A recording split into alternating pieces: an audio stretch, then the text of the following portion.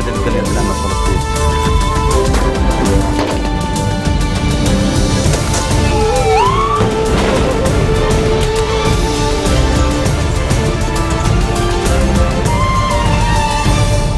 Bonjour à tous et merci de nous rejoindre sur Futur TV pour cette nouvelle édition de la rédaction.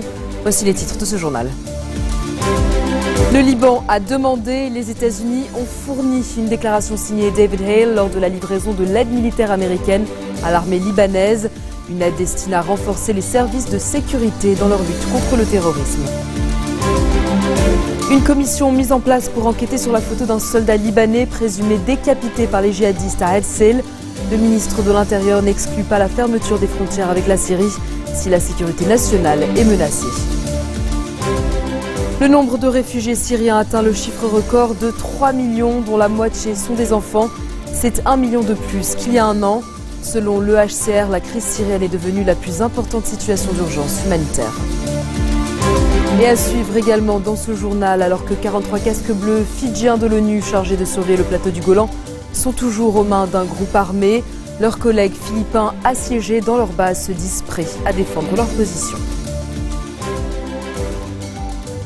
Le Liban a demandé, les États-Unis ont fourni. Une déclaration signée David Hale lors d'une brève cérémonie à l'aéroport de Beyrouth, peu après l'arrivée d'un avion militaire transportant l'aide à l'armée libanaise. L'ambassadeur américain a affirmé que soutenir l'armée et les services de sécurité libanais est à la tête des priorités des États-Unis.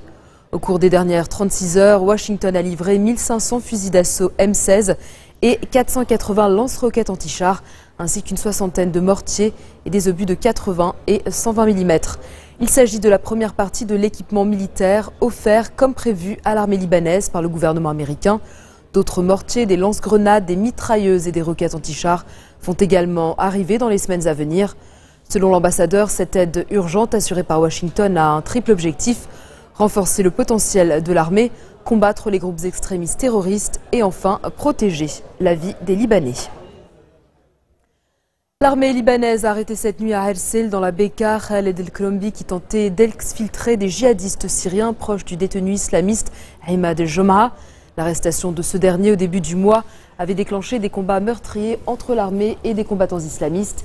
Hier, des affrontements ont à nouveau éclaté à El-Sil, 3 semaines seulement après la fin des premiers combats. Un soldat a été blessé, un autre est porté disparu. Déployé massivement dans la région, l'armée a encore renforcé ses positions. L'armée enquête par ailleurs sur la photo d'un soldat présumé décapité. Un djihadiste de l'État islamique, Abu Musab Hafid el-Baghdadi, a posté sur son compte Twitter une photo le montrant en train de décapiter un homme, les yeux bandés. Il a identifié la victime comme étant le soldat libanais Ali Sayed. Une trentaine de soldats et d'agents des forces de sécurité intérieure avaient été enlevés par les djihadistes de l'État islamique et du front Al-Nusra lors des affrontements de El-Sil début août. Le ministre de l'Intérieur n'a par ailleurs pas exclu la fermeture des frontières avec la Syrie si la sécurité nationale est menacée. S'exprimant depuis Rabieh à l'issue de son entretien avec Michel Aoun, il a indiqué que le dossier des otages à El-Sil relève de la responsabilité de tous les politiciens libanais. Nahad El-Machnouk estime que la situation dans cette localité de la Bekaa constitue une bombe à retardement. Nabih Berri a appelé les députés de son groupe parlementaire, le Bloc du développement et de la libération, à soumettre leur candidature aux élections législatives. Le chef du Parlement refuse donc toute prorogation du mandat de la Chambre au moment où celle-ci semble se concrétiser, notamment à cause de la vacance à la présidence. Le Parlement, dont le mandat expire le 20 novembre, a déjà prorogé son mandat une première fois le 31 mai 2013. Le pays est sans président depuis le 25 mai. La tenue de 10 séances électorales n'a donné aucun résultat, faute de quorum. La prochaine session est prévue le 2 septembre. Hier, le ministre de l'Intérieur a publié une décision ministérielle qui ouvre le dépôt des candidatures aux élections législatives jusqu'au 16 septembre. Et puis la semaine dernière, le Conseil des ministres avait signé le décret de convocation du collège électoral en prévision du scrutin. Les forces de sécurité de la prison de Zahle dans l'est du Liban ont saisi environ 20 grammes de hashish dissimulés dans une boîte de Haleweh. Les stupéfiants provenaient de l'extérieur de la prison. Plusieurs tentatives de ce genre ont échoué par le passé.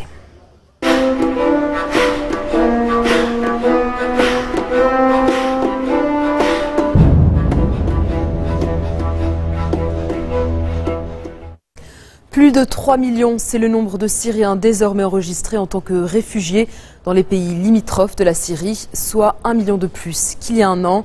C'est un chiffre record. Selon le haut-commissaire des Nations Unies pour les réfugiés, la crise syrienne est devenue la plus importante situation d'urgence humanitaire de notre ère.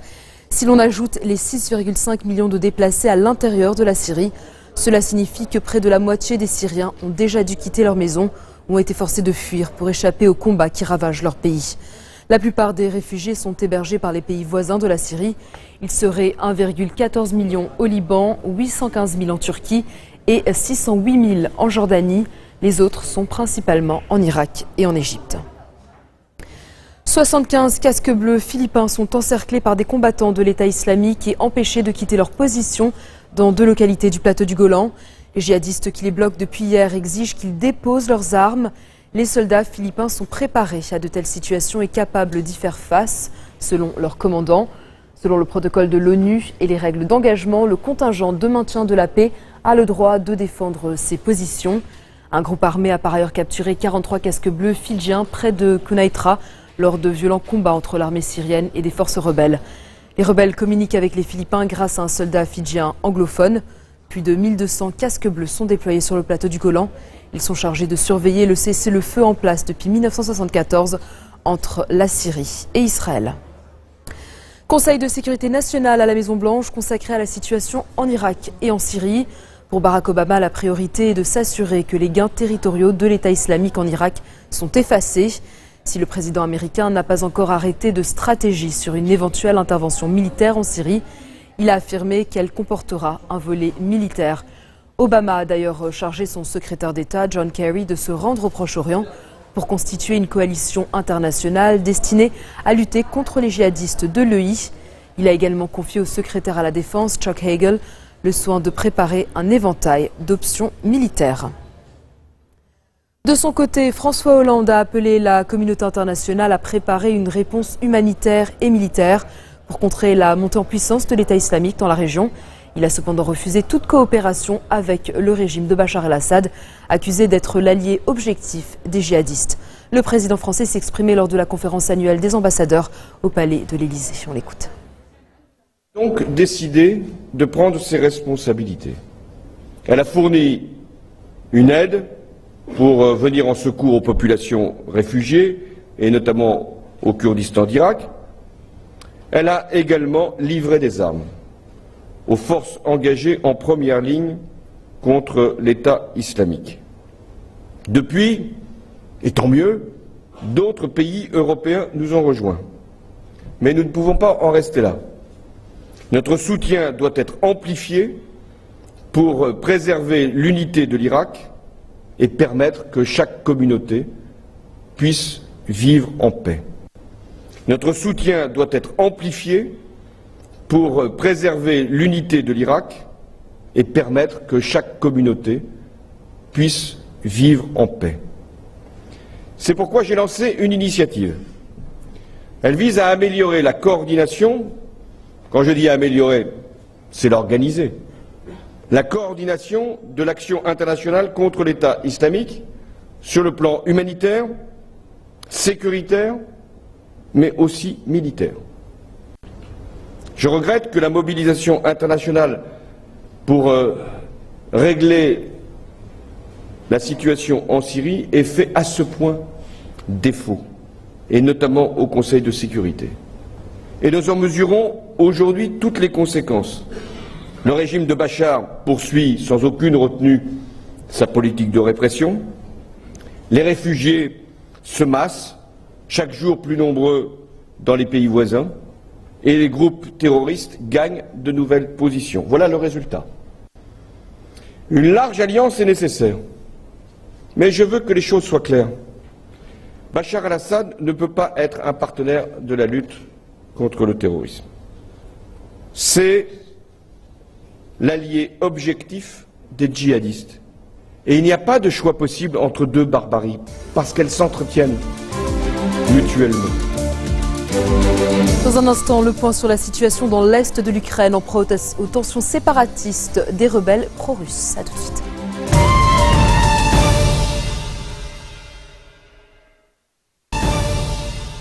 Retour sur le plateau de l'info du 16-40, réunion d'urgence de l'OTAN à Bruxelles. Son secrétaire général a dit respecter les décisions de Kiev concernant sa politique sécuritaire et ses choix d'alliance. Selon Anders Fogh Rasmussen, il est désormais clair que des troupes et de l'équipement russe ont franchi la frontière. L'Alliance Atlantique a d'ailleurs diffusé des images satellites qui montrent des unités d'artillerie russes en position de tir et des colonnes de chars russes sur le sol ukrainien. L'OTAN estime que ce n'est que la partie visible de l'iceberg. L'Ukraine, de son côté, va lancer les procédures d'adhésion à l'Alliance Atlantique. Depuis la mi-avril, les combats entre l'armée ukrainienne et les rebelles ont fait près de 2600 morts. Pour l'heure, pas de recours à la force prévue par l'OTAN, mais Barack Obama a annoncé le déploiement de chars et de 600 soldats en Pologne et dans les pays baltes pour assurer ses alliés. Nouvelle alerte rouge au-dessus du volcan Bardarbunga en Islande. Un séisme et un début d'éruption ont été détectés cette nuit par les services de surveillance du pays. Pour l'instant, aucun nuage de cendres n'a toutefois été repéré. Tous les aéroports de l'île restent ouverts. Seul le trafic aérien au-dessus du volcan a été interdit. Le Bardarbunga est un immense volcan situé sous le plus grand glacier du pays. Cela fait plus d'un siècle. Il n'était pas entré en éruption. Il est considéré comme assez dangereux pour menacer le trafic aérien dans le nord de l'Europe et l'Atlantique Nord en cas de forte activité. Rien de tel pour l'instant, mais chacun garde en mémoire les effets d'un autre volcan islandais qui avait semé le chaos il y a 4 ans dans le ciel européen pendant plusieurs semaines. Un premier cas d'Ebola a été identifié au Sénégal. Il s'agit d'un jeune Guinéen qui a été placé en quarantaine. Mercredi dernier, les services de santé guinéens avaient fait état de la disparition d'une personne infectée par le virus et qui se serait rendue au Sénégal.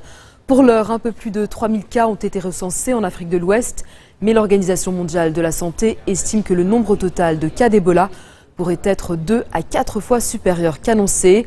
Il pourrait dépasser les 20 000. Le taux de mortalité de la maladie est supérieur à 50%. Face à l'urgence, les États-Unis vont tester dès la semaine prochaine un vaccin expérimental. Et c'est la fin de ce journal. Tout de suite, le rappel des titres qui ont marqué l'actualité de cette journée.